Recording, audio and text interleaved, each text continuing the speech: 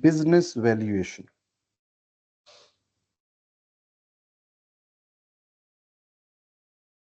Business valuation.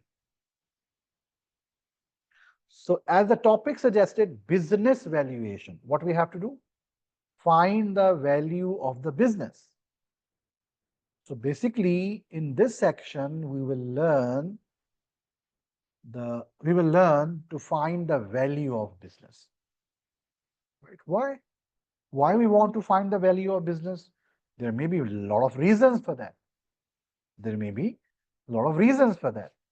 One reason, one reason for that purpose we are studying in our FM paper is because we want to sell our business.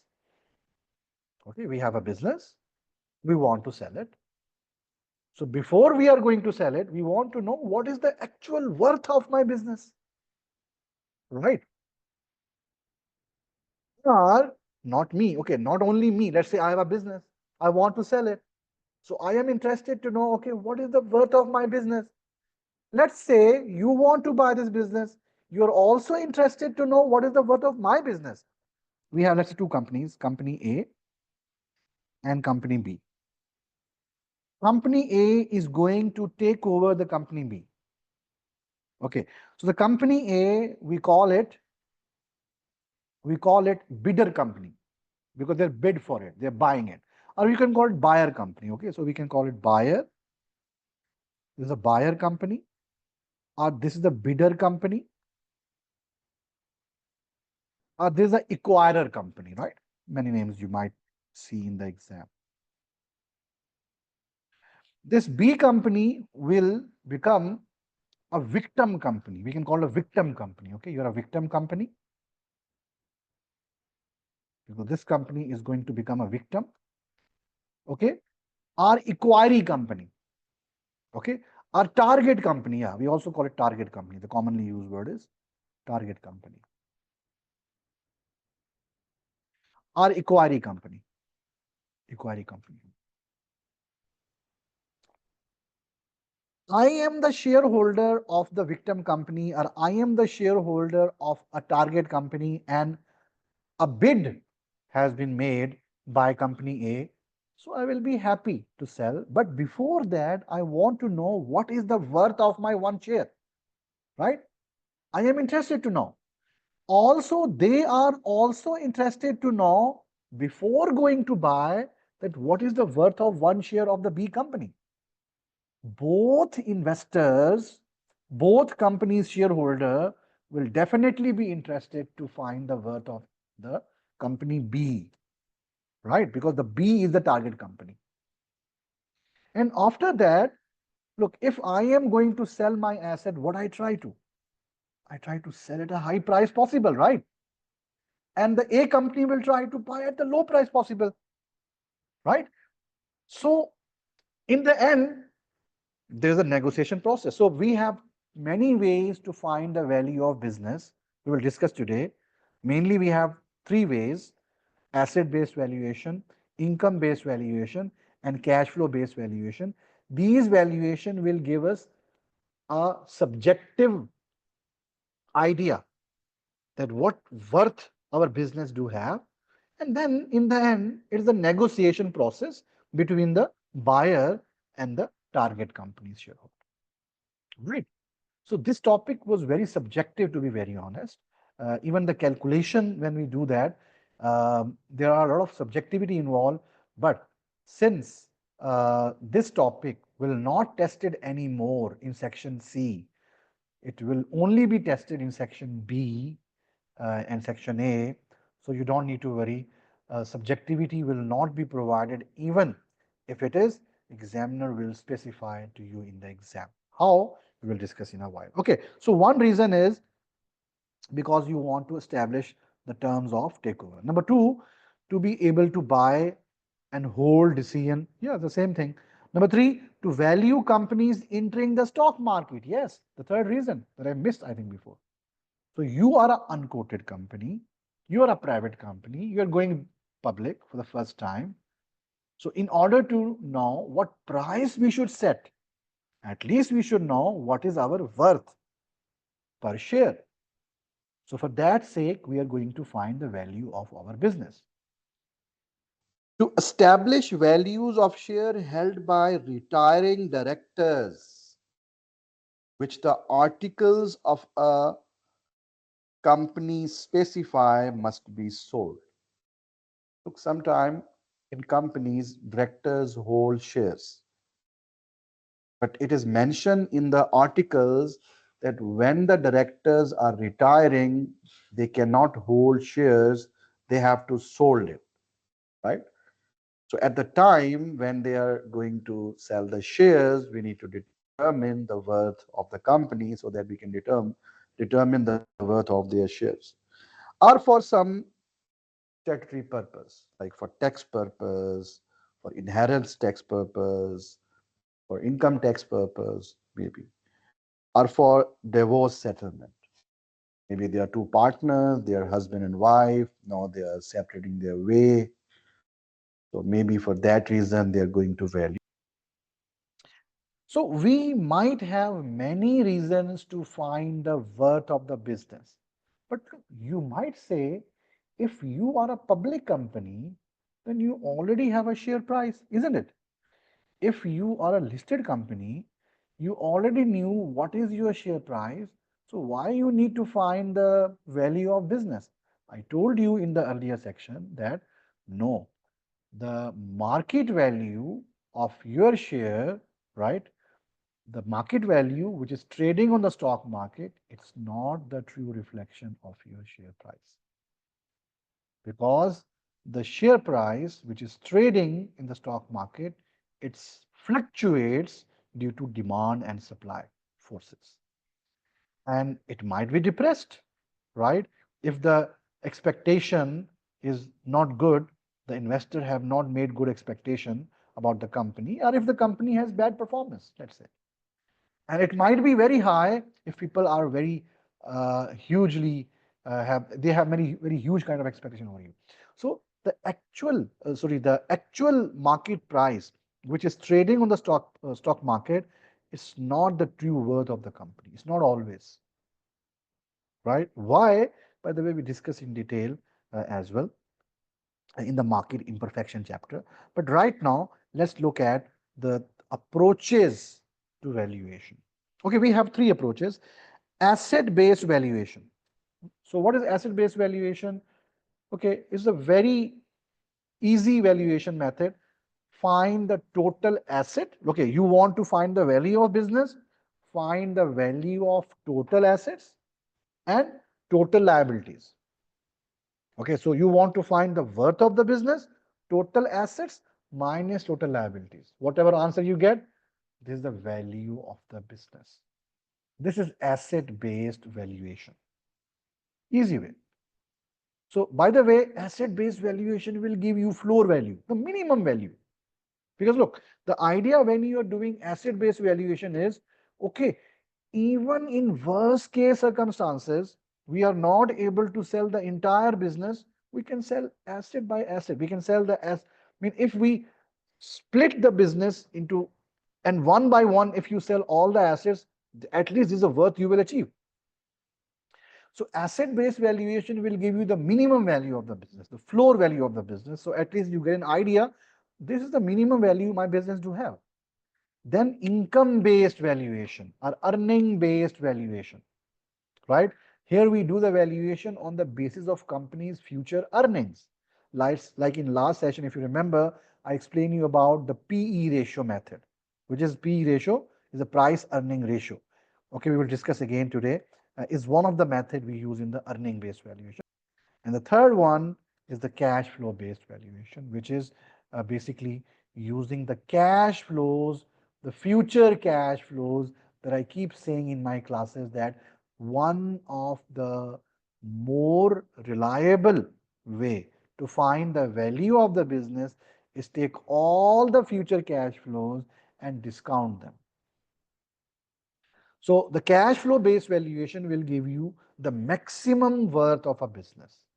Okay, so let me show you here. See, so the cash flow based valuation, or you can say the earning based valuation or cash flow based valuation, will give you the maximum worth of the business, and the Asset-based valuation will give you the minimum value of a business, the floor value of the business, and income-based valuation will give you the moderate value of the business. I mean, let's say the minimum value you get is $2 million, the maximum value you get is $16 million, and you find also the income-based valuation, which is the middle one, let's say $10 million. So you might find the value, and then in the end, if you're doing it for the sake of takeover, for the sake of buying the other company, selling the other company, then it's totally entirely depends on the negotiation. Okay, so definitely target company owners want to sell at the maximum price, right? Possible. So it's totally entirely depends on the negotiation process between both the bidder company and the target company. Yeah. So by the way, we have these three methods, but I'm telling you, these gives you a subjective answer. Look, the answer, whatever we find using these measure, because these all methods are based on certain assumption, right? And assumptions are definitely the weaknesses of any method. So these valuation approaches will just give you an answer, like a subjective answer. But in reality, in the real world, yeah, business definitely follow all the methods. So if you are a buyer company, bidder company, or even if you are a target company, you will definitely calculate the value of the business by using all of these methods. But in the end, it is entirely depends on how it is important for you to buy this business. I mean, let me give you example. In 2014, yeah, sorry,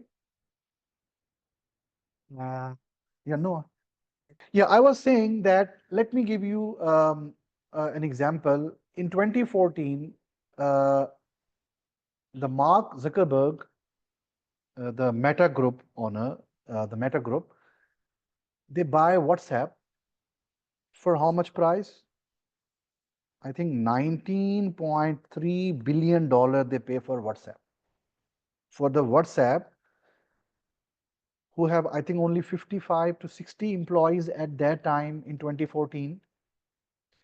And you believe it or not, 1 year before, I think in 2013, the WhatsApp was a very small company. In 2013, they get finance from a venture capital in America.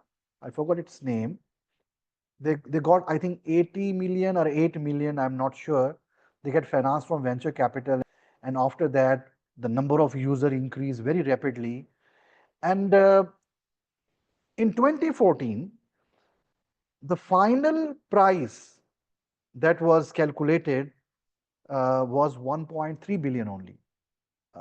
Maybe I'm mistaken. You can search in Google 1.3 billion or 3.1 billion only. Google quoted for it, but Mark Zuckerberg, he believed that it is very important for us to buy WhatsApp strategically, because Facebook, the Meta Group, they believe that if we buy this WhatsApp and if we align it with our Meta Group, it will be very beneficial for us. So they didn't use any of these methods because of the strategic importance. The Meta Group buy the WhatsApp at 19.3 billion, and believe it, this is 10% of the Meta Group entire. This is one of the big purchase at that time, a huge purchase of that time. So I'm telling you, yes, these approaches will give you an idea about what is the worth of the business, but sometimes it might be very important for, look, I am a, maybe something is very important for me to buy than you. Okay, maybe you want to buy an asset, you want to buy a business, I want to buy a business, but for me, I believe it is more important to buy this than you. Then maybe I might quote a huge price for that. So these approaches will just give you an idea, but in the end, it is the bidder company It's a target company. It's they will decide based on how important for you to buy this business, based on how important for me to sell my business. Look, sometime I want to close my company urgently. They have no other choice. So when you knew that you have to sell the business, you have no other choice, then you have to sell your business in pennies. So it depends on, of course, how really you need the money from a target company perspective, or you are doing it not for money only, for some other reason. And also it depends how important for you on a strategic purpose, how important for you to buy that company. Okay, so that's the key thing. First of all, we need to understand what is the term market capitalization means. I explained you before. Market capitalization is the total market value of the business. Is the other name of total market value of the business. So how can you find the market capitalization? Okay, find the number of shares, find the total number of shares multiply by market price per share, P naught. So what it gives you? It gives you total market value of the business, or we can call it market cap, market capitalization. Okay, that's what I told you. The real worth of a company is not a science, it is the art. What is the real value of the business? Definitely it is an art. So it's a subjective measure. Let's start with the first valuation method. We have asset-based valuation. Okay, so asset-based valuation is total assets and minus the total liabilities. Simple. So I will explain it to you with the help of this example from the old FM book.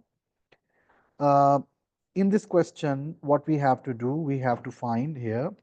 Okay, we have to find here uh, what is the value of the ordinary shares using the asset based, net asset based of valuation. Mean if you want to value on a net asset base, what's the valuation?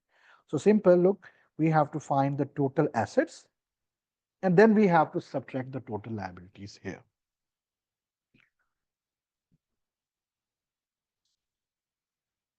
Okay, some basics principles that we have to follow when you are doing asset based valuation.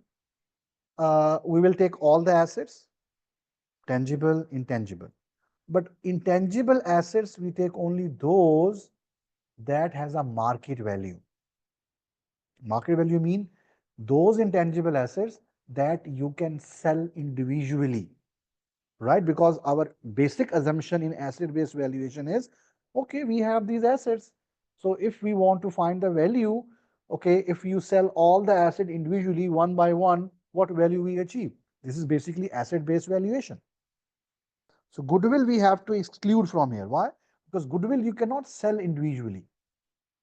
Or in FR, maybe you are aware about development expenditure, development cost according to IS 38. Development expenditure, if it's met the certain criteria, then we also record as an intangible non-current asset. But you cannot sell it individually, right? Maybe you have to remove it. So normally we will calculate it for tangible assets only. So that's why this valuation is not suitable for a servicing company or for a company whose assets are mostly intangible. Let's say a software company, so most of their assets are intangible. So asset-based valuation is not as suitable. But for a real estate company, I think is a good option to go with the asset-based valuation. Okay, no. Okay, so we have to find the total assets here. Okay, so total assets. So we have total assets given here 440, right? 440 total assets, but I have to remove goodwill here and then all other assets I will take. So 440 minus 20, right? So 440 minus 20,000, I can do it directly. So 420,000 is the total asset value. Okay, And the liabilities, I think here we have total liabilities given, you see here 220,000. So just subtract.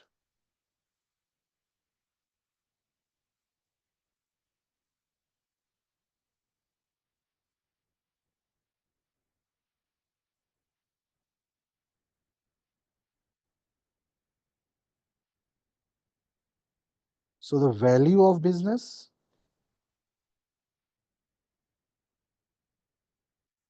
how much? 200,000, right? That's the asset based valuation. Simple. But what is the question?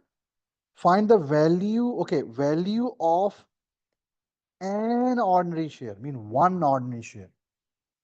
So, okay, it's very easy. Now we have to divide with the number of shares. So how much ordinary shares we have? 80,000 share capital, $1 par value, so 80,000, right? So if you want to find value of per share or value per share, so divide by 80,000. So 200,000 by 80,000, how much you get?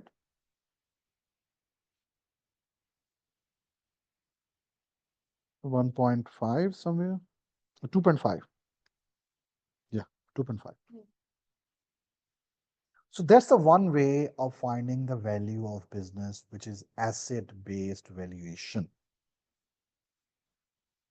Easy way. But what the problem we have in this method? Look, this valuation we done based on book values, right? You see this financial state, this is the financial position. And the information which is given here, what? It's the book values. It's not the market values, right? So I don't think so. It is a more reliable valuation, right? So what's the solution? Use market values. So you can use asset-based valuation, and even when you are using asset-based valuation, you have further three choices available. We have three measures when we are using asset-based valuation. One, you can use book values. That's what we did here, which is total assets book values minus total liabilities book values. Second, you can use net realizable values, NRVs, NRVs. Rather than using the book values, better use the net realizable value, or you can use replacement cost method as well. It depends upon what is the purpose of valuation. Let's say we are a bidder company. We know that this is a minimum value and target company will definitely not pay below than that. They know our minimum value is this. So we can do asset-based valuation. But the question is why we are buying this company. Sometimes we are buying a company. Why? Because it was our competitor and we are buying it and we are dissolving it. Possible. We have a lot of examples where a competitor buy a business and they sell all of its assets just to remove the competitor from the market.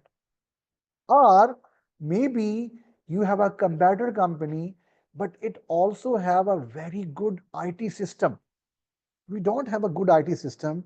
We know that this competitor have a good IT system, so we buy it, we resell everything, and we take the IT system in our company. Possible. Maybe one of the assets you believe is good for us, so you buy it. Just keep one asset, and the rest of the business you dissolve it.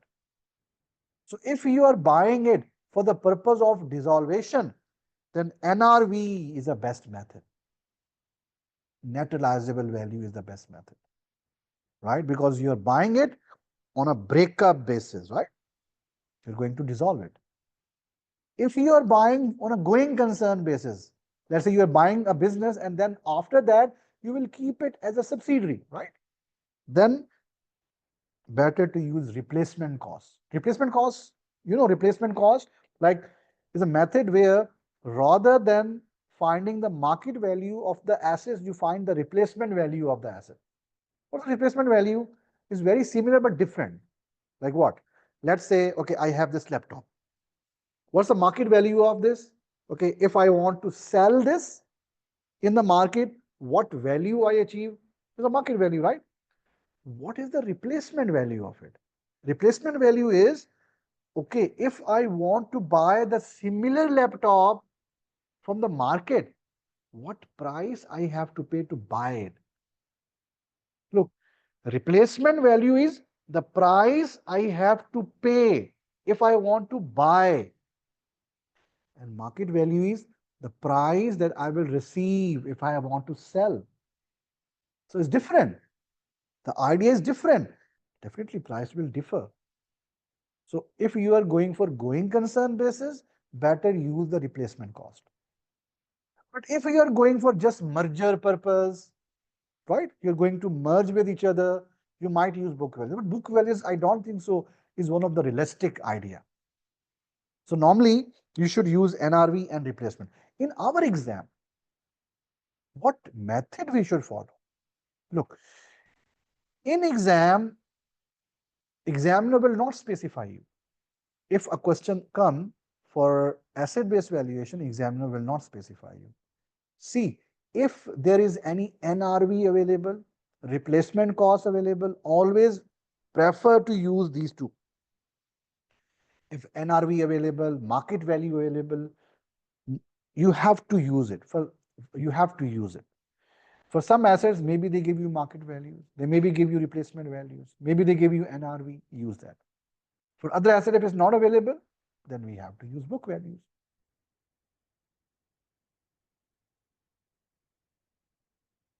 Okay, so we have to find the value of 80% holding of ordinary shares on the asset basis. Look, he mentioned just asset basis. Which asset basis? NRV basis, replacement cost basis, book value basis, he does not specify, but he gave you some information. Okay, he mentioned loan notes are redeemable at a premium. Even for loan note, they have a market value. They have a redemption value. So look, he didn't give us the market value. If market value was given, we preferably use the market values. But he gave us the redemption value. Okay, so better to move it.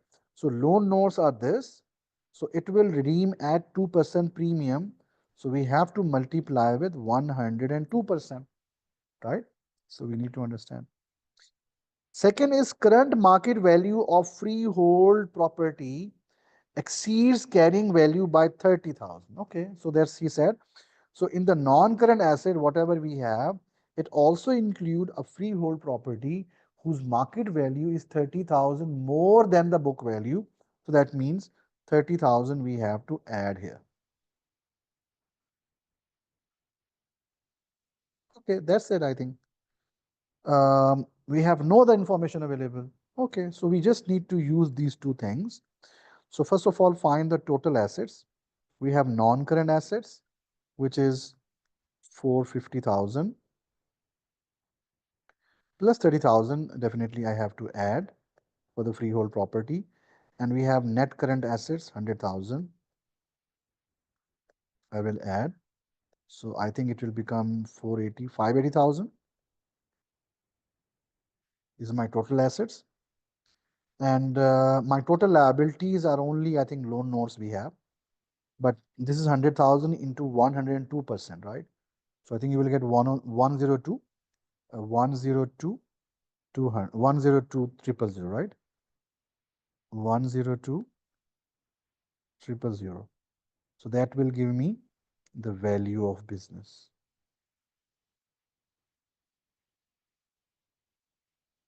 How much? I think 81, okay, 000,876.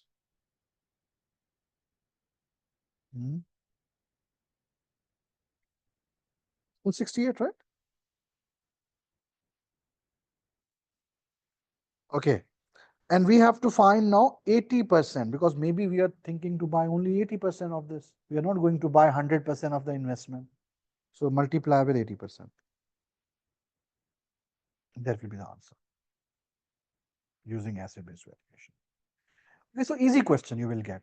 In the exam, everything will be given to you. So you don't need to worry about that you have to make any subjective thinking. No, you don't need to think anything. Everything will be provided to you clearly. Next, okay, this is an asset-based valuation, and that definitely give you the floor value of the business. Next, we have income-based valuation method. Asset-based valuation, uh, okay, it gives us the floor value of the business, but what are the drawbacks of using the asset-based valuation? It does not include intangible assets in it, right? Number one. Number two, even let's say you're a company that does not have any intangibles, let's say, still asset-based valuation is not appropriate. Why? Because it does not consider any profitability of the company, any cash flows of the companies. Look, you have a company which is a profitable company, it generates millions of profit every year, okay, and you have a buyer, so definitely you will ask them, look, you are finding my business value based on my assets, what about my profits? This is a running business. We set up this business for many years, okay, we set up this business for many years, and we are generating millions of profit every year. So how could you ignore it? Asset based valuation ignore any profitability and also any cash flows that business is generated over the year. So that's why you would say that this is not a suitable method to find the value of the business. Yeah, but on a safer side, it will just tell you the floor value of the company. So income based method is based on the income profits. Okay, so we will consider the profits here to find the value of the business. And the commonly used method is price earning ratio method. Okay, first of all, let me explain you what is the price earning ratio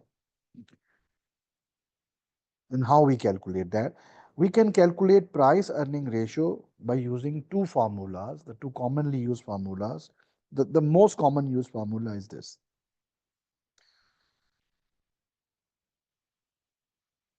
Price earning RPE ratio. Formula is market value per share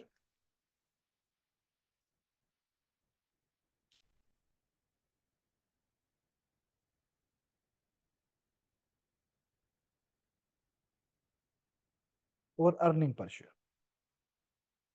Okay, and we get answer in times. Our second formula is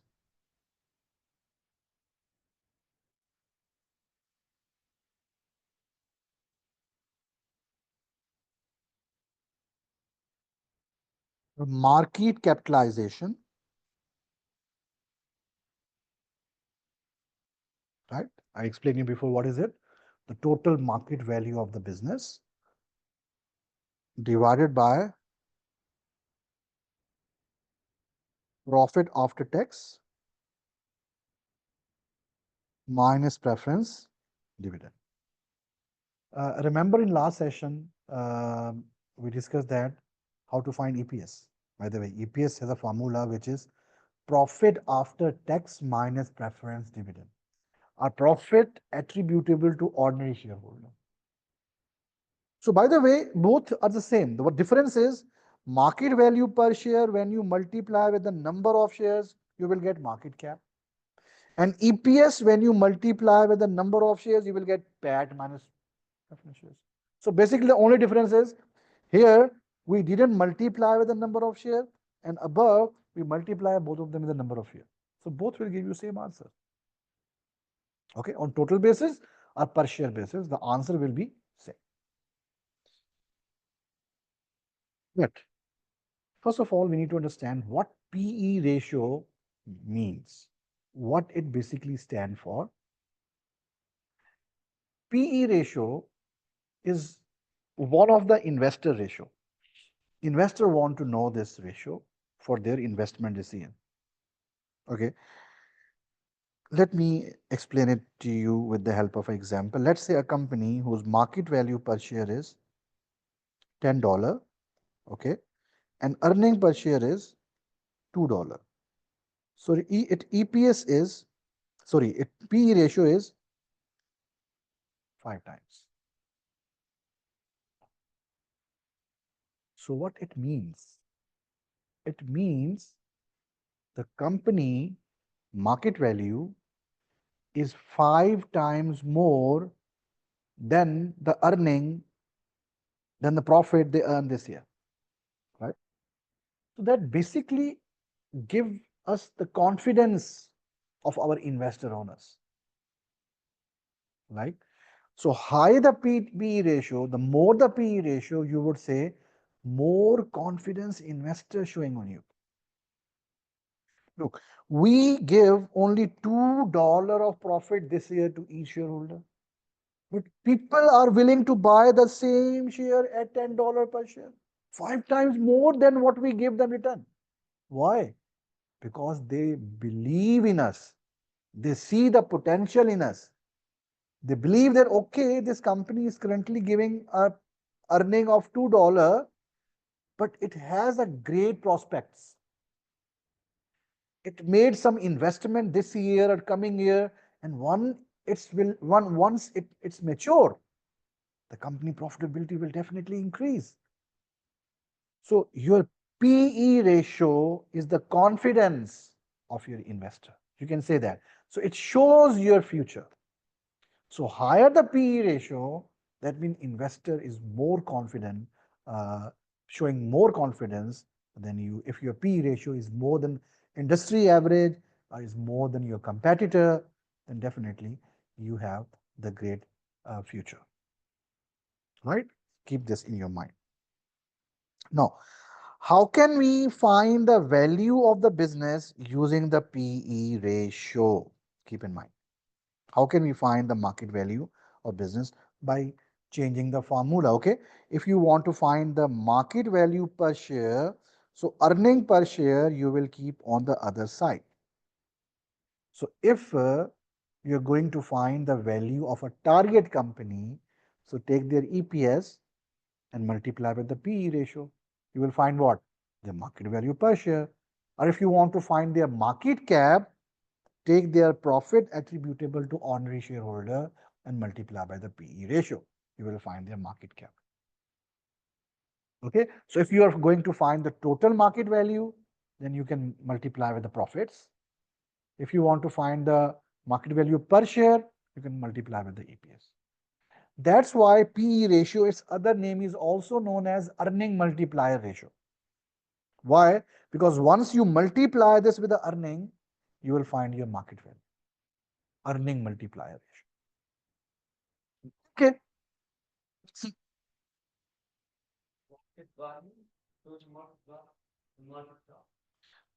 The total same, no difference. The total market value, its other name is market cap. Yeah, I'm telling you, the market cap is the other name of total market value of business. There's no difference. Okay. Now, one important point that we need to raise.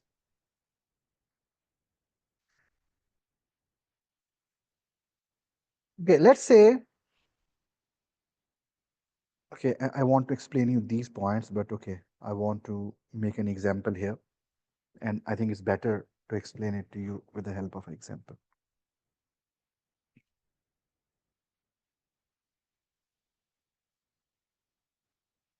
Okay, let's say we have a bidder company and a target company. In your exam, if you are going to find the business valuation, the only purpose is for the purpose of acquiring. Maybe you are doing this for bidder company or you are doing this for target company. And we have a target company as well. We have two companies. Let's say the PE ratio for bidder company is 10 times and the PE of target company is 5 times. Um, The profits, which is attributable to ordinary shareholder, or I can use EPS as well, whatever. Okay, I'm using the profits, let's say. This company, let's say they're earning a profit of, let's say, $30 million. And this company, um, they are making a profits of, let's say, $10 million. Or we can use EPS as well. Okay. Okay. Make it very easy and let me find the EPS here. Sorry. Okay. The EPS for the target company is, let's say, earning per share is, um, let's say, 30 cent per share. And the EPS for the bidder company is, let's say, 80 cent per share. Okay. Now, we are finding the value of target. We always have to find the value of target company because the target company is a victim company. They're going to acquire. Now, if you are going to follow the PE method to find the value of target company, so in that case, you will take definitely the EPS of the target company. Okay. Because the earning potentials is you will see the target company, but you will not use the PE ratio of a target company. You will use a PE of the bidder company. Why? Because bidder company is going to acquire the target company. Once you acquire that, right? Once you acquire that, they will become the part of bidder company. And what is the PE? PE is the reputation. PE is the confidence of the investor over you. So once the target will become your subsidiary company, or one the target will become the part of your company, the investor will not show 5 times of confidence. They will show 10 times of confidence now. So when you are finding the PE method to find the value of the target company, yeah, earning you will take for the target company, but PE you will take for the parent company or the proxy company. That examiner will definitely give it to you. Okay. If the target company is within the same industry, then your PE might be suitable. But if your target company is in different industry, then I don't think so. Then your PE is also suitable here. Then you have to select a proxy company, any other suitable competitor of that company, and use their PE instead of the target company PE. You never have to use. Understand? So in that case, if I want to find the value of this business, so it will be somehow, if I want to find the market value per share, so I have to find it. I will take the earning of the target company and I will multiply with my PE. So I think it's $3 per share. According to me, the value of this company is approximately $3 per share, right? That's the one thing. Now, second point. Let's say target company is a private company. Okay, before I believe the target company is also a quoted company. Let's say target company is a private company. So if it's a private company, it does not have a PE because PE we can only find for listed companies. To find the PE, what we need? Market value. Private company shares are not trading on the stock market. So they cannot determine their market value. So if they cannot determine the market value, they also cannot determine the PE ratio. Simple and obvious. By the way, even they have a market value, even they have a public status, we are not going to use their PE. But now we have a more problem. What? Your target company is a private company, and private company is more riskier than a public company, because look, if it's a public company, they have to follow a strict regulatory requirement. They have to prepare for financial statement, they have to audit it, they have to follow the corporate governance requirement, they have to follow the stock exchange requirement, so they are more regulated, right? But if your target company is a private company, then they carry more risk as compared to a public company. Again, to value that, okay, I have to use their earning, and I will use my PE ratio or any suitable comparator PE ratio, but I have to reduce it to maybe 70%, 80%, 60%. Because this company, the target company, is more risky company as compared to a public company. That's why I'm telling you, is very subjective in nature. So maybe we have to reduce the PE ratio, or maybe we have to increase it if the target company have more reputation, possibly. Okay, one thing. Second thing belongs to the earning. Maybe earning, we can use the recent earning, or maybe we will have to grow the earning. But anything examiner want to play in the question, examiner have to specify in the question. Formula is the same. Formula is the same. PE ratio multiplied by the EPS, or PE ratio multiplied by the profit after tax minus preference dividend. Right? But PE, whether the parent PE have to use or whether the proxy PE have to use, you will get an indication in the exam. Let's try to understand this. Look, this is what they are trying to say, problem with the PE ratio. So if it's a private company, you have to reduce the PE downward. Okay, so one a private company shares may be less liquid, so you have to reduce the PE ratio, maybe 80%, 70%, 60%, whatever. You have to do this subjectively. Um, if it's more risky, then again same. Maybe you have to adjust upward with a higher projected growth level if your target company is a very high rapid growth company. Maybe you have to adjust your PE even more than your PE or your proxy PE.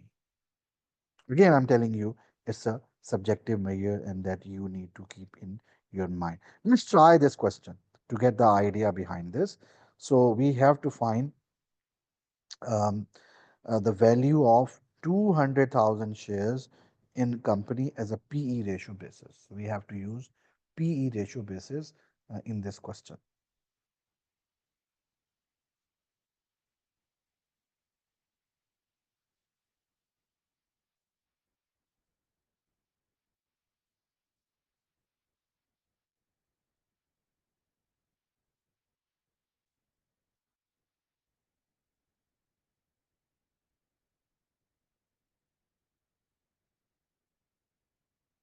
Okay, you are given the following information regarding NCO and unquoted company.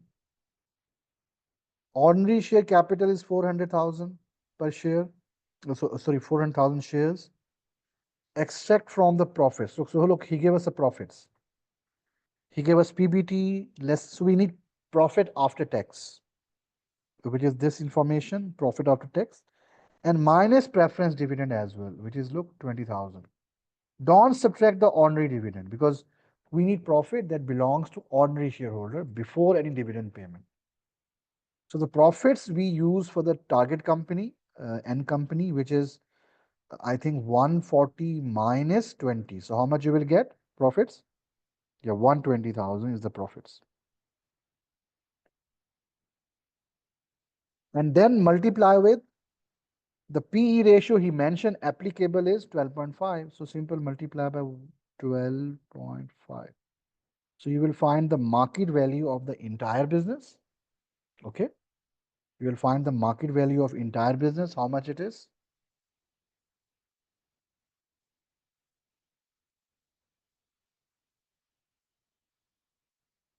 120,000 multiplied by 12.5, 1.5 million. Because he asked us for half. Look, total number of shares 400,000. We are going to buy maybe 50%. That's why we are looking for 200,000 only. So divided with number of shares, which is 400,000. So we will find the value per share 3.75, and we want to find 1.5 million in total. This is a market cap. Per share is 3.75 per share. You want to find for 200, so 200 into 3.75. I think 750,000 is the value of 200,000 shares. Easy, right?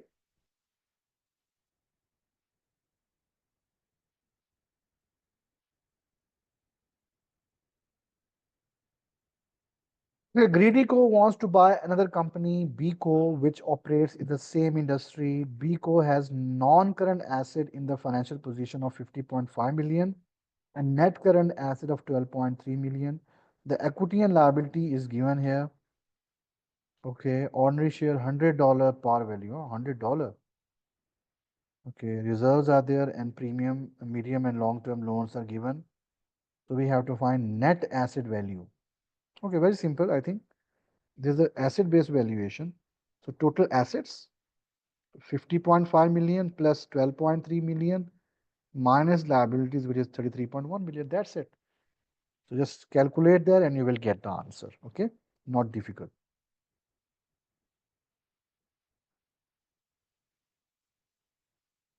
Now, same question we have to solve using the PE ratio method. Now, wants to buy another company which operates in the same industry. The statement of profit and loss is given here. Okay, Greedy Co PE ratio. Look, he gave us two PE. He gave you the parent company PE as well, and he gave you industry average as well. First of all, okay, what is the earning valuation of B based on the assumption that it will perform as well as Greedy? So, which PE ratio you have to use? Greedy or industry average? He gave you hint.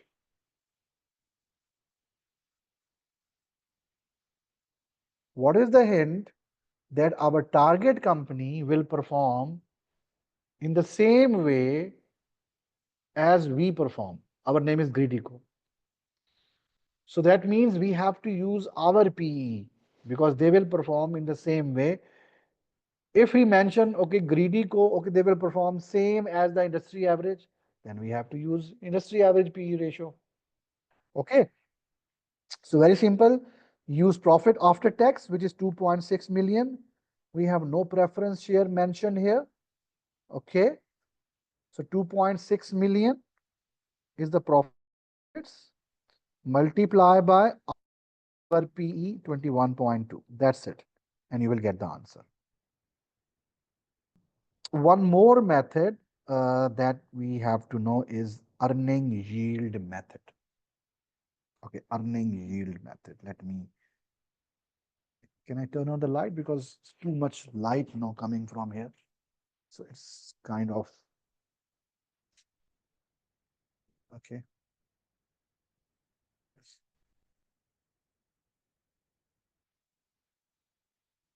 Earning yield.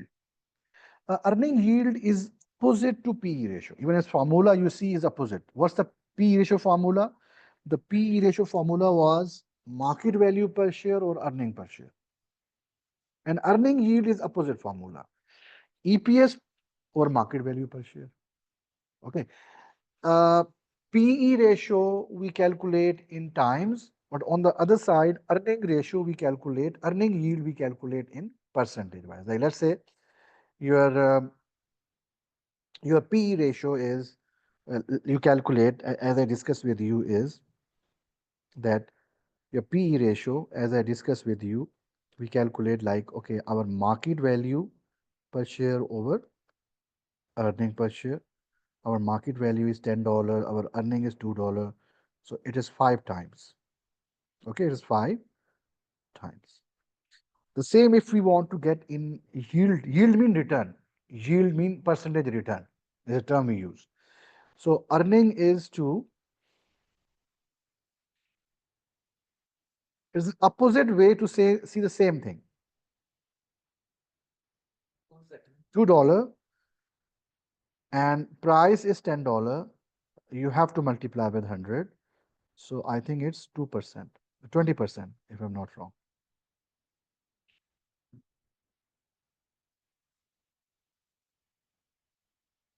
Which basically mean that your earning share, your earning proportion to the price is 20%.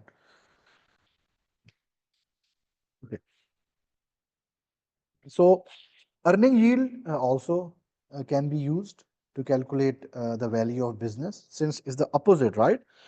So formula is this: price per share. So if you want to find the value, okay, this is equal to earning yield. This is equal to earning yield. If you want to find the price of the company, right? So you have to take it here, and earning yield should come down here. So formula will be EPS over earning yield will give you the value per share. Okay. So if examiner provide you the earning yield in the exam, so you have also need to restate the formula. Okay, to find the value per share, you have to restate. So it's opposite to P ratio. So 1 over or EPS over earning yield will give you value per share. The other benefit of using earning yield, because look, earning yield is the percentage of return as compared, percentage of profit as compared to the market value. It can be included the growth in earning yield as well. If you see this formula, you might find out that this formula is very similar to perpetuity with growth formula, right? If you want to find value of company and you believe that your earning currently is this, but it will grow with 5%, 3%, you can use the growth here as well. In PE, we cannot use growth, right? So maybe in exam, he will give you PE as well, and he will give you growth as well. Then what we have to do? We have to find earning yield. How? If the PE is given and we need to find earning yield, what we have to do? We have to flex it. How? Because we know that our PE ratio is opposite to 1 over earning yield. If examiner give you PE ratio like 10 times and he give you growth in earning as well, so you have to convert it by dividing with 1. Okay, if you want to find EY, of course, opposite 1 over PE. So 1 over PE ratio, 1 over 10 will give you earning yield 20% or 0.2. And then include growth into it. And then you have to calculate using this formula. Okay, I'm just telling you in case if examiner want to trick with you. Okay, then we have a question here. Company A has earning of 300,000, grow at 3% per year. A similar listed company has an earning yield of 12.5%. Company B has earning of 420,000. A similar listed company has PE ratio of 7 times. Estimate the value of each company. Okay, so we will take the earning of the target company definitely. So earning PA, earning is company A, earning is 300,000, and we have to grow it by 3%. A similar company, listed company is there. Okay, so simple formula. We are going to use this formula here. So earning we will use for target company, victim company, which is 300,000. Multiply by growth is 3%, 1.03, divided by earning yield is given for a competitor company, minus the growth, which is 0.03. So this is the way to find the value of this company. Easy. Company B, again easy. We have to find the PE method. So earning is given. multiply by 7. Simple. You will find the value of business. So we find the two ways, we learn the two ways of finding the value of business. Earning based, income based valuation, which is the PE and EY, and the asset based valuation. The third one is cash flow based valuation. Okay. In cash flow based valuation, one method we already knew, the dividend valuation model, assuming the basically when we find the value of business, we are basically finding the value of equity, right? We are finding the value of shares, value of equity. So one way of finding the value of equity we knew before, which is what? We find the KE before, but I discussed with you the actual formula was this: D0 into 1 plus G over KE minus G. What's the difference between that and that? Same. Here we use earnings and here we use dividend. And dividend, and this is a formula of perpetuity with growth. If you believe that your dividend are going to grow with a constant rate in perpetuity, you can use this formula to find the value of equity and the value of business. Right? So this is similar. One method that we use to find. See, if you have dividend without no growth, this is perpetuity without growth formula. By the way, we use D over RE. If it's a perpetuity with growth, we have to use this one. And maybe he will give you multi-growth. He might ask you, okay, dividend in year 1 is 20 cents. It will grow with 10% for the next 5 years, and then it will grow with 2% for the foreseeable future. I discuss with you. Look, let me explain it to you with the help of an example.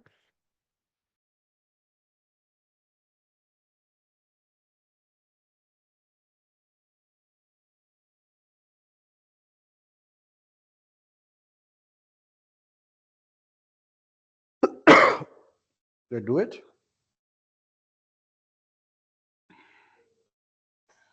Okay, first of all, we have to find the growth using the growth model. Latest dividend is 15.25 cent. Okay, we can take like this 15 point latest dividend over earliest dividend. No, latest is 24. Yes, yeah, right. 24 cent.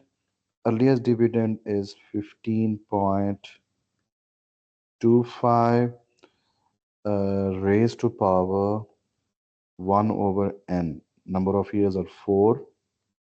Okay, minus 1, right? Is a formula, right? To find the growth. So what growth you find? You can use like this, or you can also this same meaning.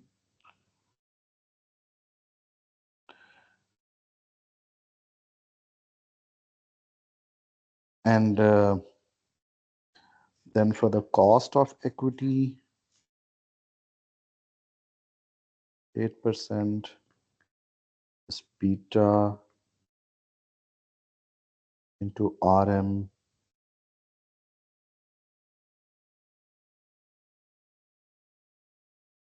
minus R.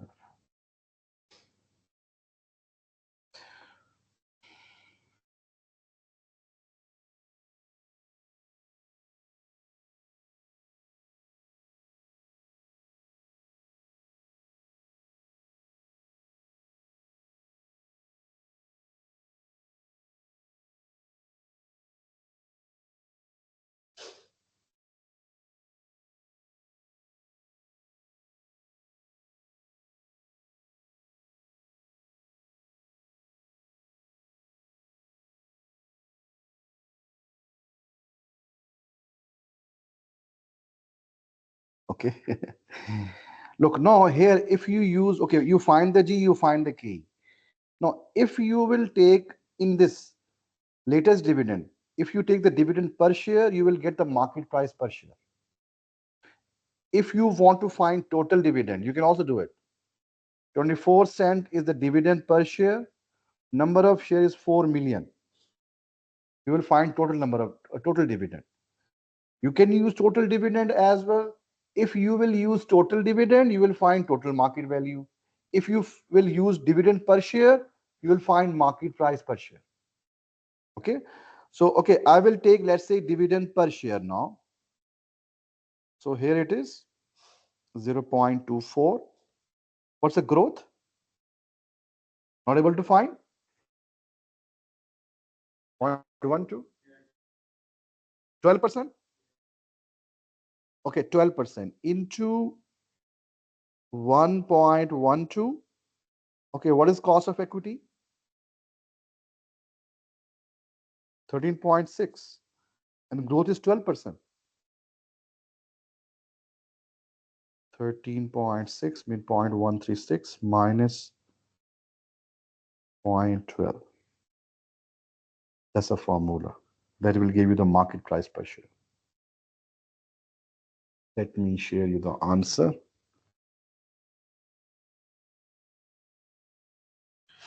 Yeah.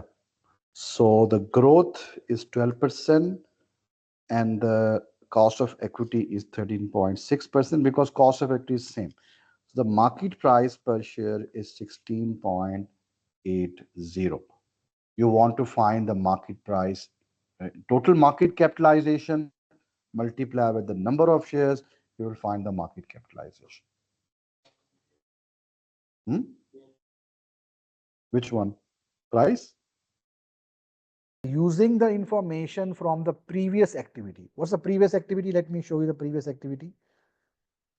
Okay, here's the activity. He said, I think the same Brigo question. He said, what is the dividend valuation for Brigo Co assuming zero dividend growth? If it's zero in dividend, what is the ordinary dividend? I think 2 million, right? Okay, you can use total dividend if you want to find total valuation. So the formula for PO without any growth in dividend, DO over KE or RE. DO is 2 million and rate of return is 7.6, right?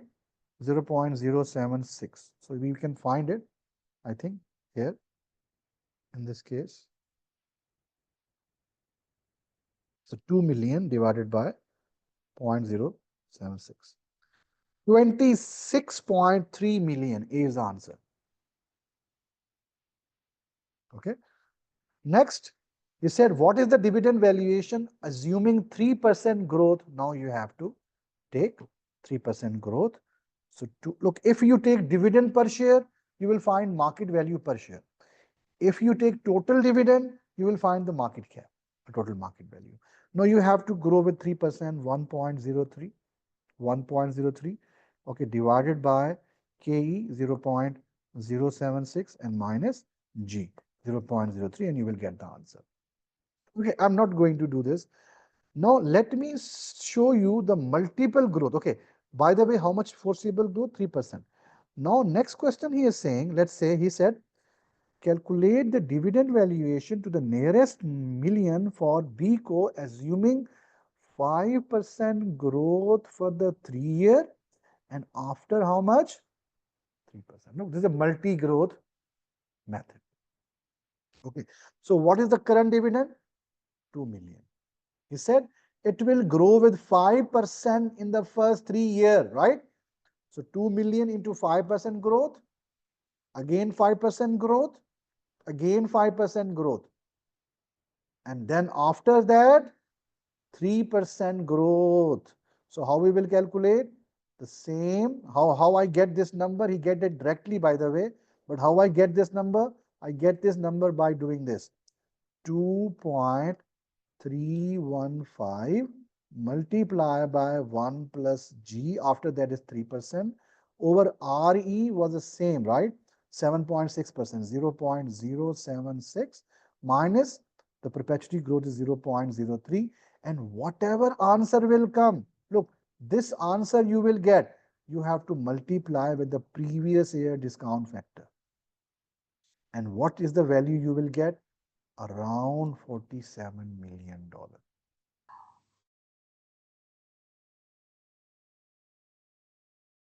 Now, the last method we have is the cash flow basis. Okay, so this is one of the cash flow basis, which is dividend valuation model. And the second cash flow basis approach, which is a more broader approach, by the way. Okay, so where we have to find the free cash flow to firm.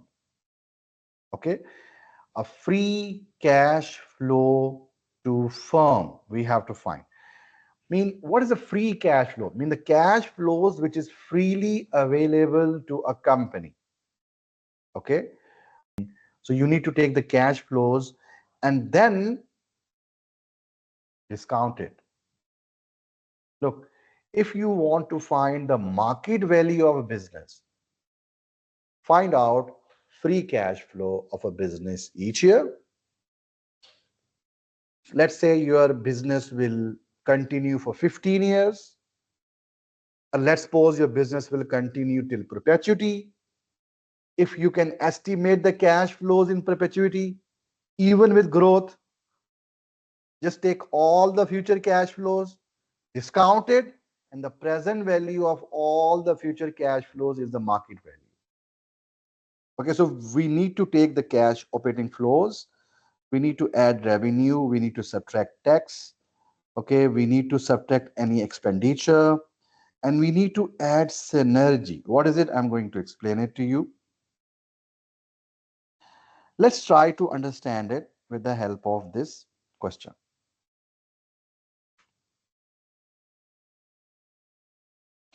The following information has been taken from the statement of profit and loss and statement of financial position of BICO.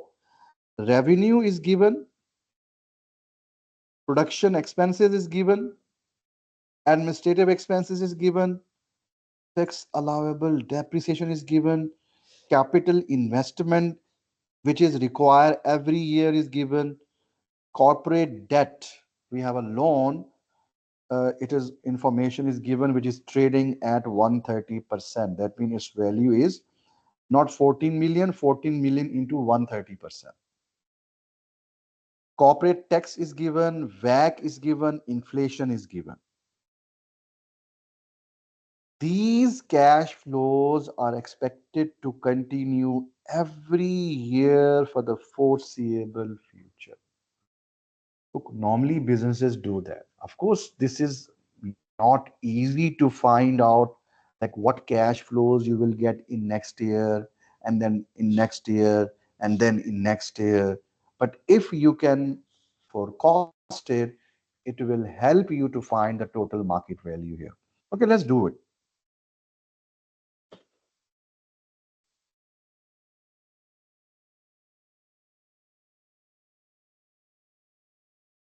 So, okay, where to start? First of all, take all the cash flows. We have revenue given, we have production expenses given.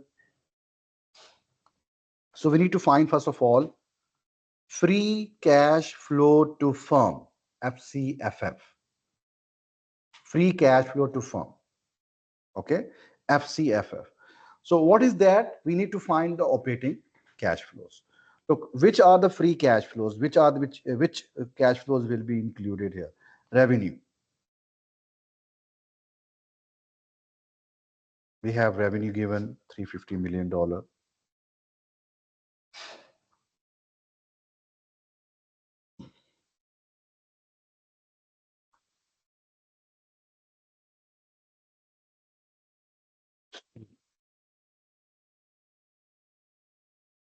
Then from revenue, we will subtract the production expenses,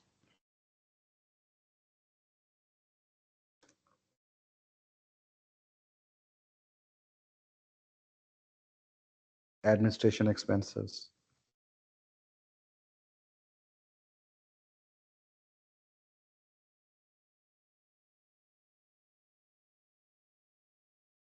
Okay. 2, 10, and 24.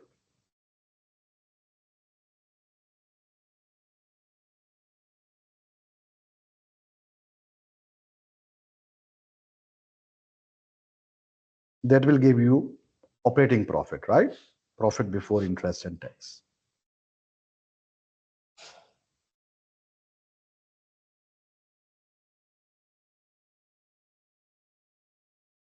This is the operating profit before depreciation, right? Depreciation is not a cash flow. Same idea that we use in investment appraisal, but it will save our tax. Okay, so to find out the actual amount of tax, either you have to subtract depreciation and find the tax, and then add back depreciation after that, or simply find the tax saving on depreciation and add. It's up to you. The same approach we use in investment appraisal, we need to do it. Okay, look, one thing is you can subtract the depreciation, which is the tax allowable depreciation is there. It is not a cash flow, but because it is going to reduce our tax, it's 31 million, right? 31 million.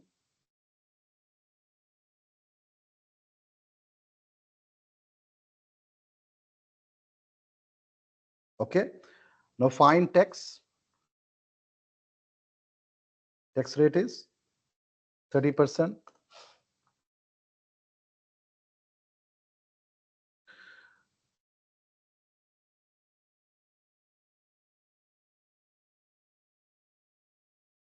So these are my operating cash flows. See, $85 million. So $85 million multiplied by 30%, 25.5 million. Okay.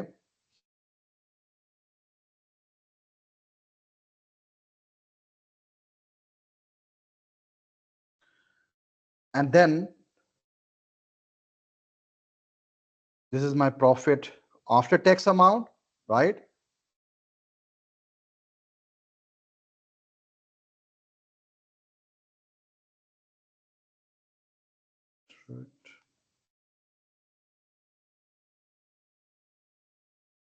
But now I need to add back my tax allowable depreciation because it is not a cash flow. We simply subtract it so that we will get our tax amount. Or the better way is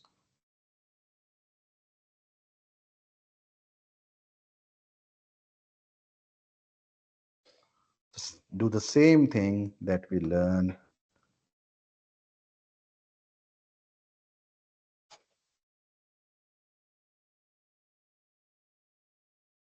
Sorry. Look, this is my cash flows, operating cash flows before depreciation. Okay. Find the tax on it.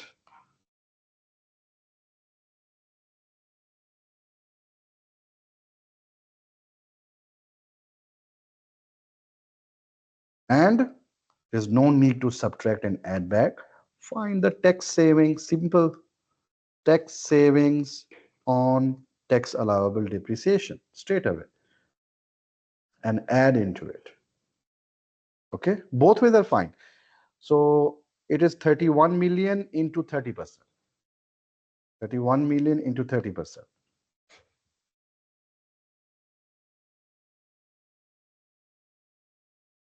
This is my tax saving, 9.3 million. Okay. Then after that, we need to subtract capital investment. Yeah, 48 million of capital investment we need every year, assuming how much? 48 million minus 48 million.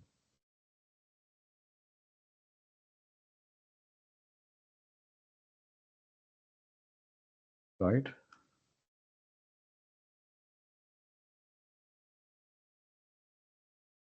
Is it fine, right? So this is my profit minus tax plus tax saving minus capital investment, right? Yeah, this we will do later because we are not, look, free cash flow to firm mean these cash flows before going to pay any obligation. That means your loan notes, liability, right? So look, we can find two ways, either free cash flow to firm. The second method is free cash flow to equity. By the way, at this level, it is not so much exhausted. This topic is very simple. This is the advanced financial management topic that you will come to know in detail over there. But right now, you simply need to know free cash flow is a free cash flow to firm. And of course, firm further will pay to the equity holder and the debt holder. So here we need to find, first of all, the free cash flow to firm. Once we find out, then on the basis of that, we will find the market value of the business. And then what is the market value of corporate debt? Subtract it, find the market value of equity. I'm doing it, look here. So this is the free cash flow to firm. I think it's 42.5 million. And he said, uh, expected to continue every year for the foreseeable future. Mean in perpetuity, we are going to generate same cash flows. This 42.5 million. So can we find the market value? Look, no. If you want to find the market value of business, look, the formula is take the free cash flow to firm into 1 over R. Look, if you are expecting that you are going to generate same cash flows in perpetuity, right? So what is the way to find the market value of a business? Take all the future cash flows and discount it in 2 days term. 0, right? That will give you the market value of the business, right? So we find the free cash flows and we know what is our WACC. Look, WACC is normally here, it is in nominal term. In free cash flows, we need WACC in real term. Okay, real term. So can we convert it into real term? Remember, we have a Fisher formula. So using the Fisher formula, we can get the real discount rate, right? So what's the formula for the Fisher? 1 plus M is equal to 1 plus R into 1 plus I. Now here the money return is given and the inflation it is given. Can we find the R? Yes, simply we can find the R here. So inflation is 6% and real and the WACC is 16.6%. 16.6%. So if I want to find the real return, if I want to find the real return, so it will be 1 plus M over 1 plus I, right? And minus 1, right? Is that? So can we find the real return here?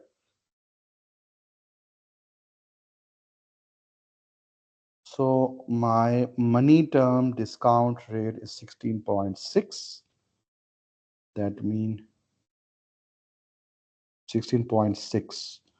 1.166 divided by inflation is 6%, 1.06 and then 1. So it's 10%.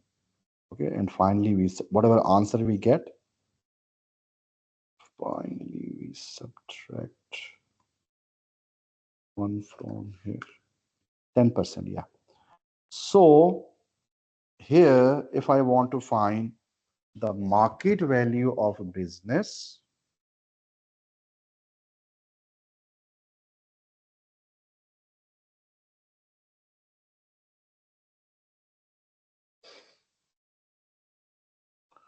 divided by 10%. $425 million. Look, this is a very easy question. Normally, business find out what is our revenues, what is our operating cost, what is our further cash flows. They took those cash flows which are coming up every year, minus any capital expenditure, without subtracting any finance cost. Look, we haven't subtracted any finance cost here. Okay, without subtracting any finance cost. So we find the free cash flow to form. And then what we did? We assume that those cash flows will uh, those cash flows will remain the same in perpetuity. So we will use the perpetuity formula. Look, he might say in the exam, not possible in this level, by the way, okay, that our cash flow will grow with 5% in perpetuity. Then which formula we use? Perpetuity with growth formula. Then which formula we use? Look here, by the way, we use this formula, right? Free cash flow to firm into 1 over R. If it was free cash flow to firm with perpetuity and with growth, take the free cash flow to firm and use the perpetuity with growth formula.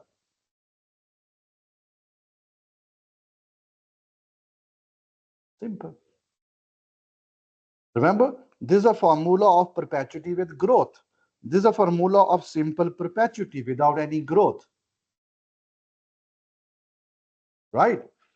Now, so total market value of business is 425 million. This is a market value of business. What is the market value of business? Now, market value of business is basically mean its market value of both equity and debt. That means its market value of equity plus market value of debt. Now, if you want to find the market value of equity only, subtract the market value of debt, and that's he gives us. The corporate debt is current trading is 14 million into 130%. Right? So if you want to find the market value of equity,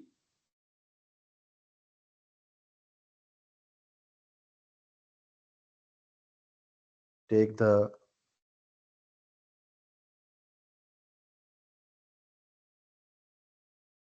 market value of business minus market value of debt. Okay, so market value of business we find out, and market value of debt is 14 million into 130%.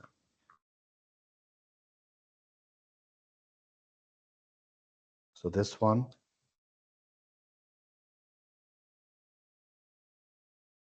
406.80 million is the market value of equity. I'm not sure it's correct or not. Let's check the answer.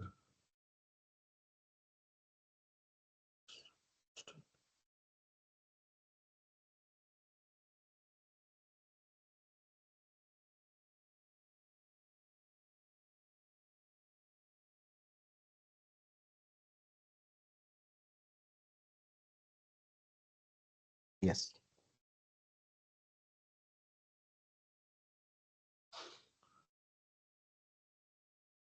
Okay, so by the way,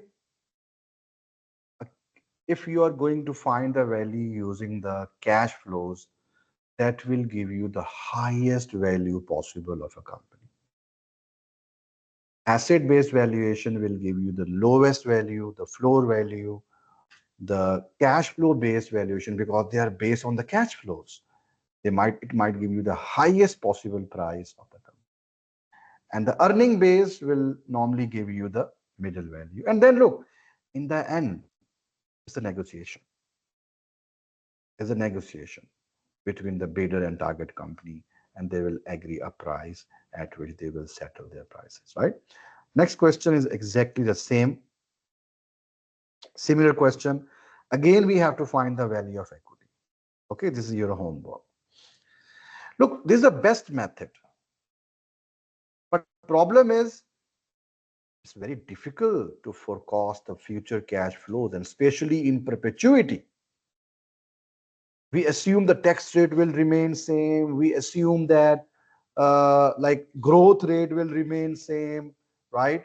So it's very difficult. In reality, it's difficult, right? But if you can predict those cash flows well, that can give you the most reliable value of the business.